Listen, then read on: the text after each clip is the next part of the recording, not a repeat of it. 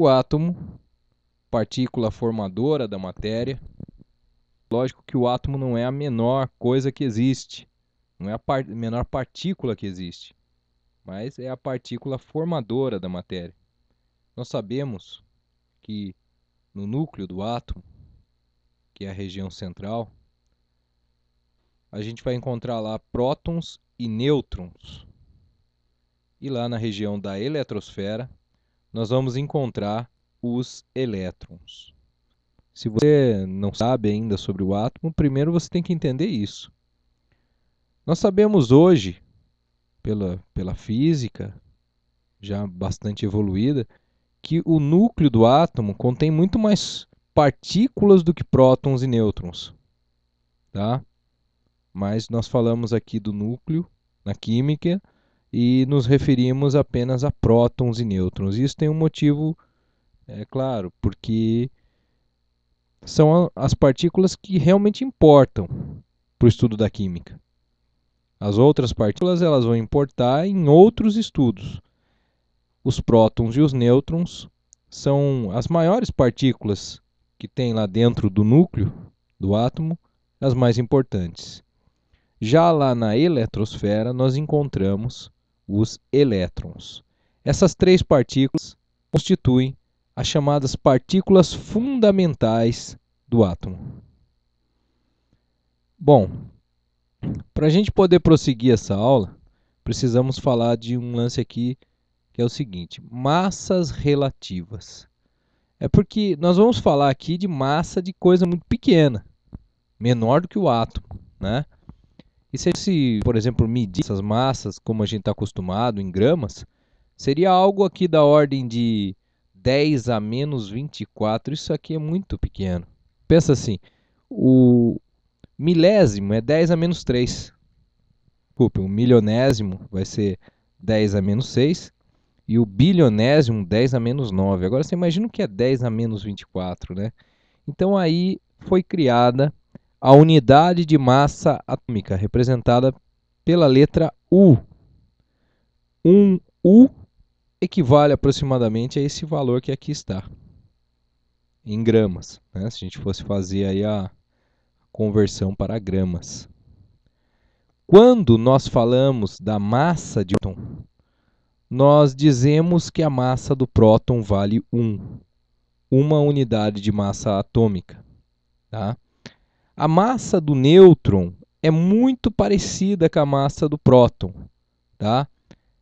Também nós representamos por 1U. Já a massa do elétron é 1836 vezes menor. O elétron, portanto, você deve ficar claro para você desde já. Ele é muito menor do que as outras partículas fundamentais. Vamos falar um pouco do elétron. O elétron, que fica lá naquela região em torno do núcleo, tá? Uma comparação, se o núcleo fosse do tamanho de uma bolinha de gude, o átomo seria do tamanho do Maracanã. O elétron, primeira coisa, ele tem carga elétrica. Tá? E a carga elétrica dele é negativa. Bom, mas e aí, o átomo vai ser negativo? Afinal, ele tem dentro dele alguém com carga elétrica negativa. Nós vamos ver logo em seguida aí por que não vai acontecer isso. A massa do elétron é algo desprezível, como a gente já viu anteriormente. E ele tem, inclusive, um comportamento muito esquisito. E a massa dele é tão pequena, tão insignificante, que de vez em quando ele vira energia pura. Por isso, se fala em partícula onda quando se fala em elétron. Tá? O elétron ele consegue ter esse comportamento aqui. Desaparece, aparece, desaparece. Ele é uma matéria, o que ele tem de matéria é muito pouco. Então ele consegue esse comportamento aqui de desaparecer num lugar e aparecer no outro. Que na realidade, ele com toda aquela sua pequena massa se transforma em energia e depois essa energia novamente volta a formar aí uma pequena quantidade de matéria. Esse é o elétron.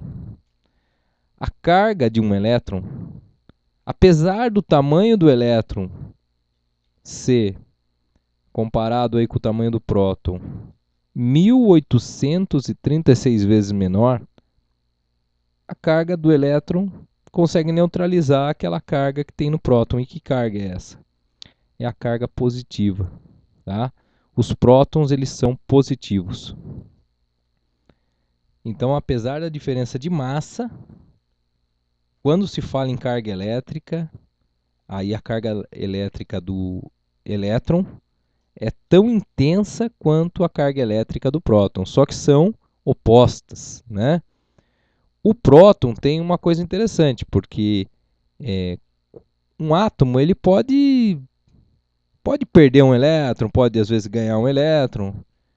O número de prótons é muito difícil de você ter uma mudança no número de prótons de um átomo. Se você tiver uma mudança, você vai estar numa transformação radioativa, mas é por isso que o número de prótons é considerado o número mais importante do átomo, o número atômico.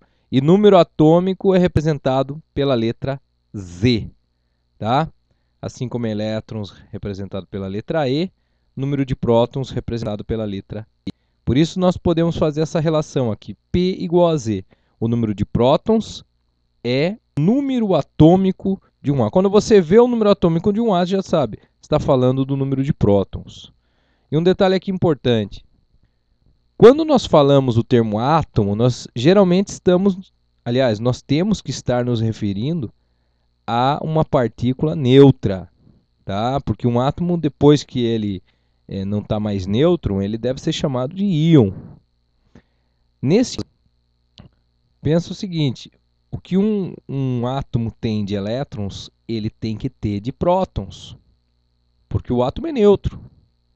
Então, a hora que você descobre o número de prótons, automaticamente, se você está falando de um átomo, você descobriu o seu número de elétrons. Então, quando você quer saber quantos elétrons tem o átomo de um determinado elemento, você vendo o número atômico, você já sabe o número de elétrons. Vamos falar um pouco aqui sobre o nêutron, né? O nêutron, ele tem carga elétrica neutra. É fácil de lembrar, né? Nêutron, neutro. O nêutron, apesar de não interferir na parte da carga elétrica, né, você tem uma função muito importante para saber sobre ele. O nêutron, ele impede a repulsão dos prótons. Você imagina só, o núcleo é um lugar bem pequeno. Cargas iguais se repelem. Como é que ia ficar o núcleo lá com os prótons todos bem pertinhos uns dos outros e daí ia ocorrer ali que o núcleo ia acabar explodindo com a repulsão dos prótons entre si. E aí entra o nêutron no meio dessa história, e o nêutron ele aparece ali no meio dos prótons e impede que os prótons consigam então sentir a presença ali um do outro e que ocorra então a repulsão entre os prótons, tá? Repetindo aqui, os nêutrons eles entram no meio lá dos prótons dentro do núcleo e a função deles ali é que exista a estabilidade do núcleo. Núcleos que não são estáveis, eles começam a emitir as partículas de dentro deles, que é a chamada radioatividade, que a gente vai ver aí numa outra aula. N, número de nêutrons. E o tal do número de massa? Um número relativo, tá? Não é a massa atômica do elemento, que fique bem claro isso, não é aquela massa que aparece na tabela periódica.